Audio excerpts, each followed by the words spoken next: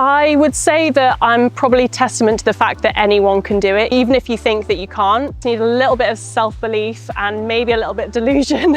So this is my tiny house and we can go and have a little look inside.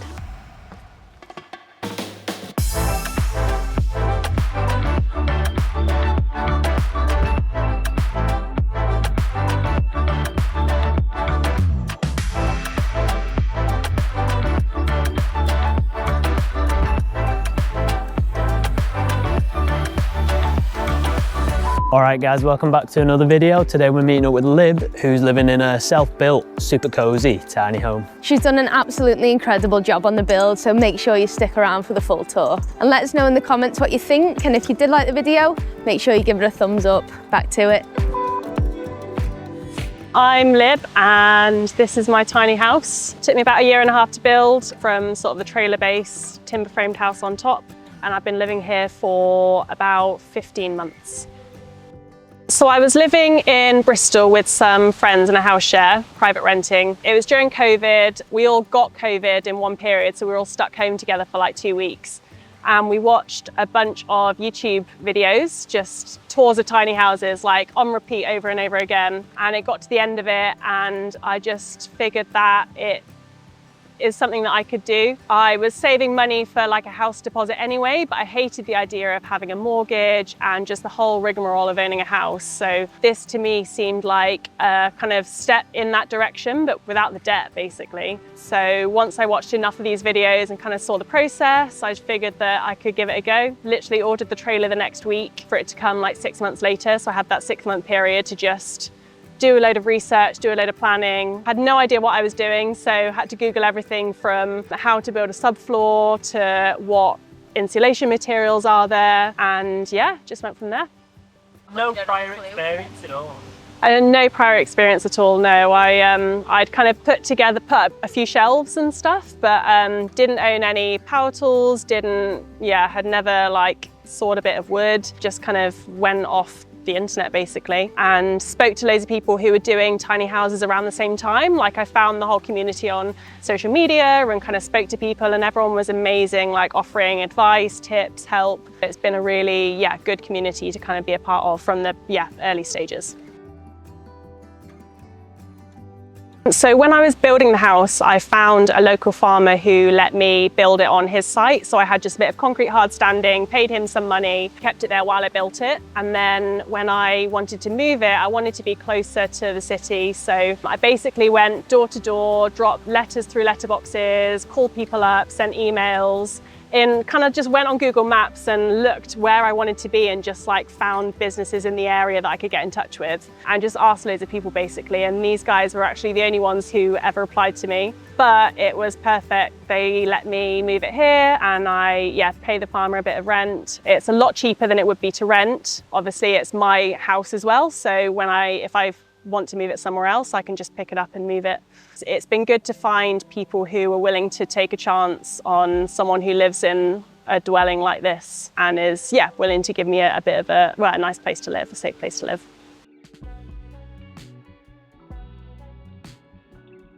So this is my spot. So I've got my house.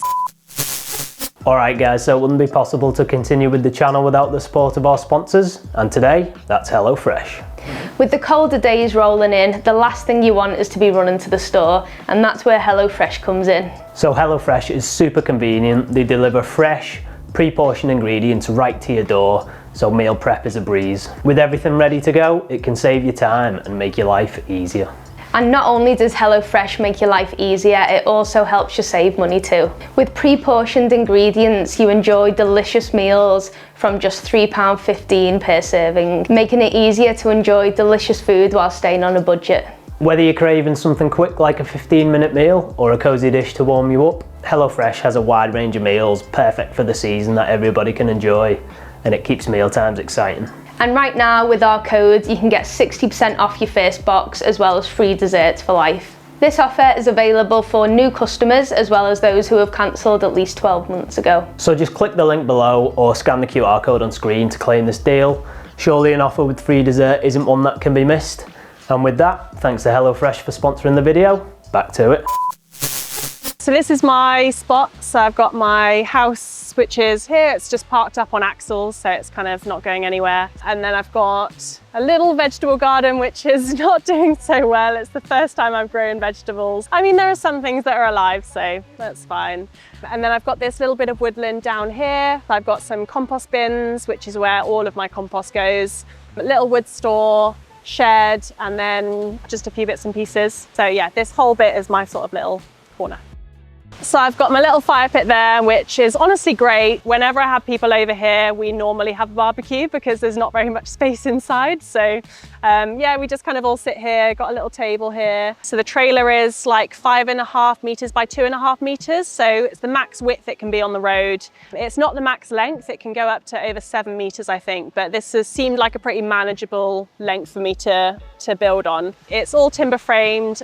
That was just because timber seemed a lot more manageable for me to work with than steel, because a lot of them can be steel framed, but this is just something that I could do myself, and it worked out a bit cheaper as well. So I just went for a classic gable roof with the loft at the back, which is a slightly higher wall height, and the pitch is slightly shallower, so it just gives me a bit more headroom in the loft, which is where the bedroom is, so means I can sit up in bed and things. And then yeah, I got a big window on this side. All my windows were all from online marketplaces. Like that one was free, that was used on a film set and has never even been outside, but that was given away. The bedroom one was a £5, bathroom one was a £10. I think the kitchen one was like 20 quid, so splashed out a bit on that one, but yeah, literally just drove around looking for things that I could use on the house. I'm on mains electric here, so I'd like to be off-grid one day. It hasn't happened just yet, so at the moment I'm just plugged in the electric here. And then, yeah, all timber cladding, because I just love the look of that live edge timber. So it's all timber cladding, and then a bit of metal around the back end, just because the timber was a bit too heavy to do the whole thing. So the water, I'm on mains as well, so I've just got some piping around the back, which is just hooked up to the water supply on the farm. The electric also powers my all my sockets, so the sockets are all on mains. The toilet is a composting toilet, so that's off-grid. My heating is by a log burner, so that's also off-grid. And then I've got gas power for my oven and my hot water. So yeah, a bit of both really. So I pay a bit of rent here, and that includes the plot and then the water and the electric. So this is the back end where the bathroom is. So I decided to do a bump out over the trailer tongue, which I hadn't really seen before, but it kind of made sense because all the bathrooms I'd seen just had like a tiny little sink kind of pushed up against the wall. Whereas if I bump it out over the trailer, it means I've got a nice big sink and a big countertop, and my water heater's in there as well. So that's all the bathroom. I've got a little water heater flue coming out of the top of there as well. This is where my waste water comes out. It just goes into like a little water drainage ditch down here. So everything I use has to be chemical free, perfume free, so it's all as natural as possible so that it doesn't harm any of the ground, but it's just kind of a little soak away there. I've got some gas here, which is for my water heater and my hob. And yeah, the steel on the back is just to offset the weight of the timber on the front. It was a bit too much to do it the whole way around. So yeah, that's the same as the roof. And then the vents are, one is the extractor fan for my above the hob, and the other one is in the shower. So it's kind of, yeah, just gets all the hot air out. It cost about 17,000. 4.5 of that was the trailer. So it was like a purpose-built tiny house trailer that came over from the Netherlands. I thought about doing a second-hand trailer, but I wanted, because I didn't really know what I was doing, I wanted as strong a base as I could get, basically. So I got a purpose-built trailer, and then, yeah, but it was about 17 in total. Most of that was because I just looked for parts on the internet, basically, and yeah, found loads of good stuff. So the price of materials, even during the course of my build, which is 18 months, the price of like timber went up so much. So literally I just had a look on Gumtree and Marketplace and Free Cycle and just gathered as many bits as I could. So that's what kept the cost down, because I wasn't buying it like, you know, buying a new shower tray or whatever. It was all sort of secondhand, which is great for cost and also great for the environment as well, if you're just repurposing things that other people aren't going to use anymore.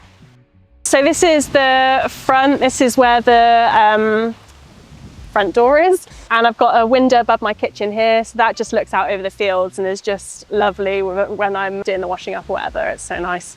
These stairs I had some like beer crate steps, which were kind of temporary steps that turned into 2-year-long steps. So I built these a few months ago, just with offcuts from around the farm, basically. That's all from pallets and some spare cladding boards and things. I haven't done masses with this space. I'd love to build a nice big deck one day, because the morning sun over here is absolutely lovely, but I haven't done much at the moment. But that's also nice because there's so many birds and things. I've got my little feeders up here, and there's, yeah, it's kind of natural, but that's how I like it at the moment.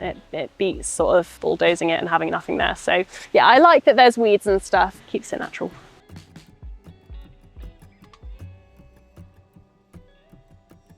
I've always kind of enjoyed the slower pace of life, and living outside of the city was something that I wanted to do. Be close enough that I could still go in and you know, see friends and like have access to everything in the city, but just be a bit further out. And building something myself meant that I could build it exactly how I wanted it. So I literally measured everything from how high does my toilet need to be to like what size sofa can I put in. So it was just, yeah, like completely customizable, and yeah, it made me really think about everything I was putting in it.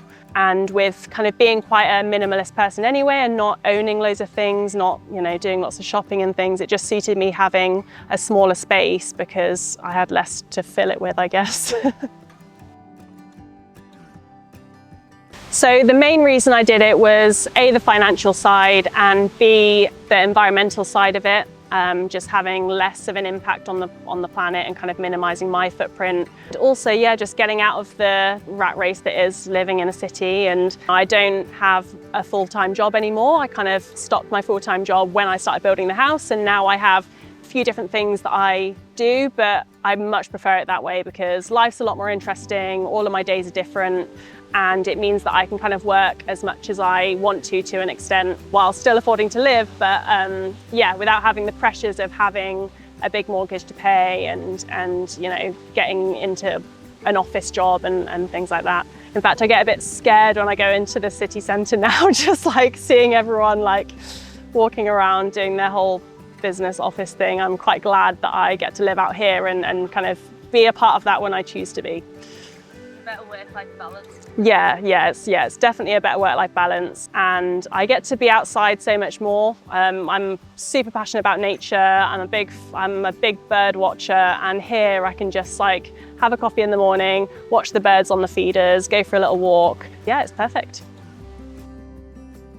My reasoning for doing this was predominantly financial, and although I came out pretty well in the situation, like I have a gorgeous house and I'm so happy here, but it's something that maybe I wouldn't have considered if people had more access to housing and buying a house. You know, I'm in my mid to late 20s, and 50 years ago I would have probably owned a house right now and be in you know, doing the same work that I could be doing now, but for a better wage in comparison to what I could buy. So, you know, although it's great that I get to live here, I wouldn't change it now, but it was kind of forced onto me by the fact that it's so inaccessible to buy a house. Yeah, although it's great and I love it, I think especially for people who might not have the means, because not everyone has, you know, I've been quite lucky. I could move back in with my mum while I built it, and I, you know, had people around me who could help me out, but not everyone has that. And if they don't have access to do that, and they also don't have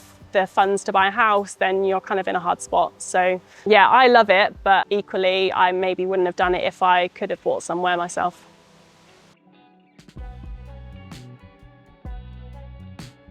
So this is my tiny house, and we can go and have a little look inside.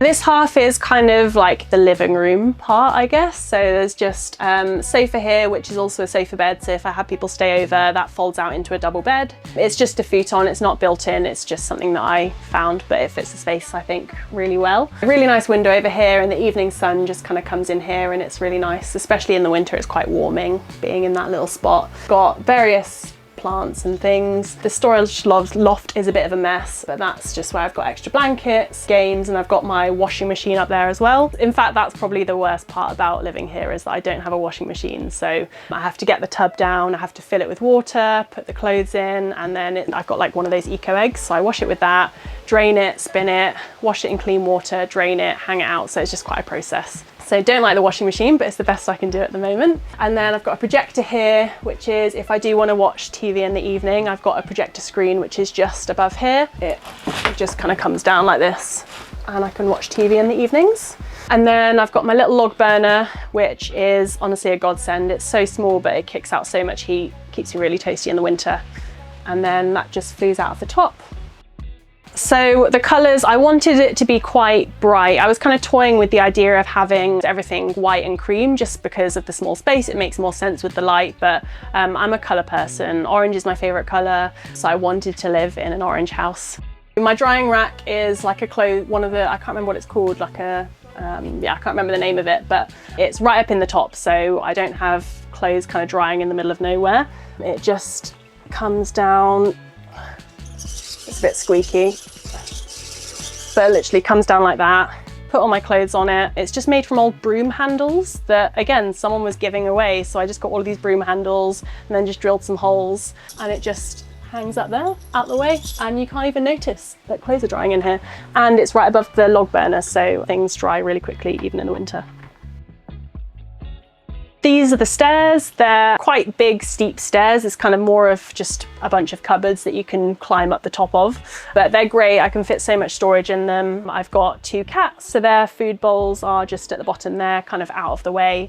And then I've got, yeah, books. The big stair is my wardrobe, and then I've got a freezer in there as well, so I can fit loads of stuff in there. It's really cool. So this is the kitchen. I've got like 2 meters of worktop here, which is honestly amazing. It does fill up quite quickly, but for the size of the house, I'm pretty chuffed with how much worktop space I've got there. And these are just sanded down cladding boards from the outside, so it's just offcuts basically. It's softwood, but it's actually worn really well. I haven't had any issues with it. And then the kitchen cupboards are just plywood.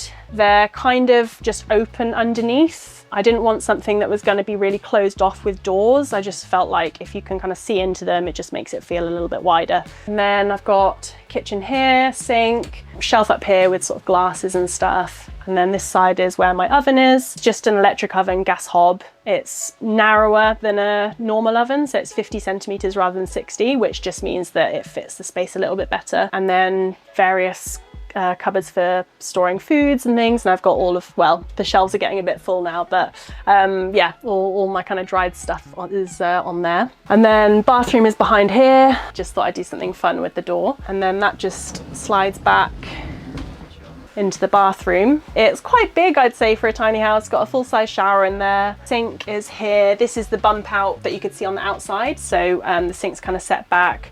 And then I've just got my water heater under here with all my kind of pipe work. And then this side is the toilet, so it's just literally a composting toilet, and it works really well. I've got a little sawdust bit and then a little bathroom window with my bird feeder on there that I like to sit here and watch. They can't see me. If the light's off, I can stand here and watch them and they can't see me. It's great. This section of the house above the kitchen is where my bedroom is, so you can just head up the stairs. It's a bit of a squeeze, but once you're up here, the roof's not the tallest, but it's tall enough. This is where my clothes storage is, and then I've just got a bed up here and a little window out the thing there. And yeah, it's perfect for sleeping in. It doesn't feel small at all, no. The house is like almost 8 feet wide, not including the internal walls. So the bed's kind of this way, which makes a difference, I think. It doesn't feel super small. I mean, all I do up here is sleep, so I don't need loads of room, but yeah, there's enough. Would you change anything about this house? If I had to change something, I would put a washing machine in it. You don't realise how many clothes you wash until you don't have a washing machine. So I do have to wash clothes at my partner's house and things, or take them to a laundrette sometimes. So yeah, if I could change one thing, it would be that for sure.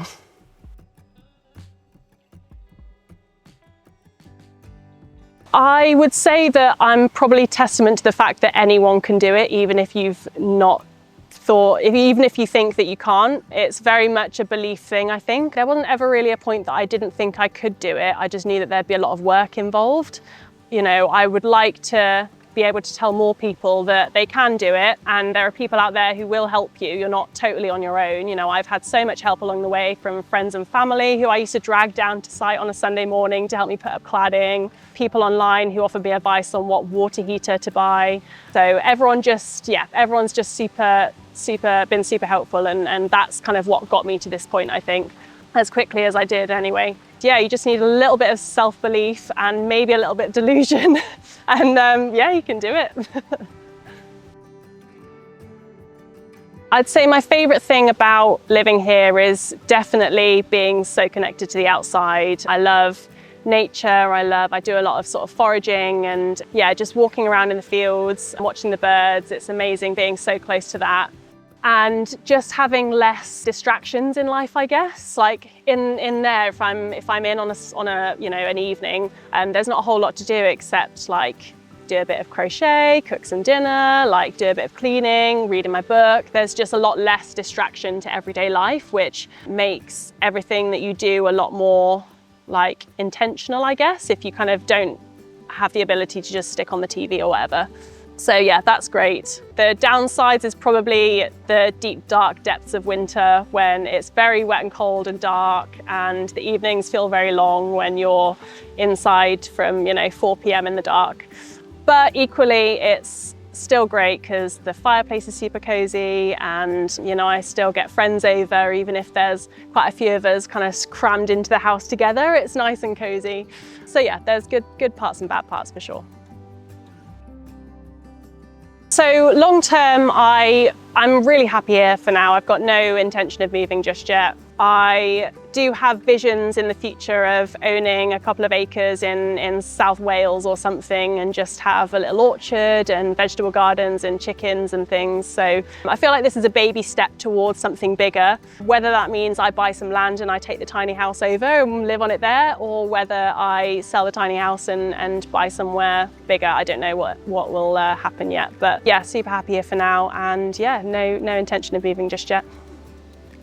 I hope you've enjoyed looking at my house and hearing the story behind it, and I hope that it can help inspire someone who might want to do it but might not think that they can. Totally can, just give it a go. I'm on Instagram at LibsTinyHouse. If you would like to build a house but don't know where to start or have any questions, always shoot them at me. I'm always happy to help.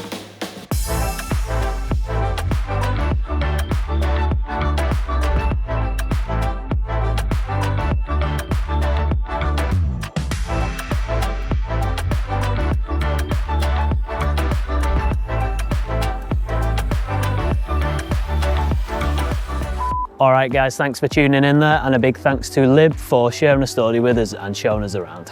Make sure to follow her on the socials, all the links will be down below. And if you want to see more content like this, then make sure you're subscribed. See you in the next one.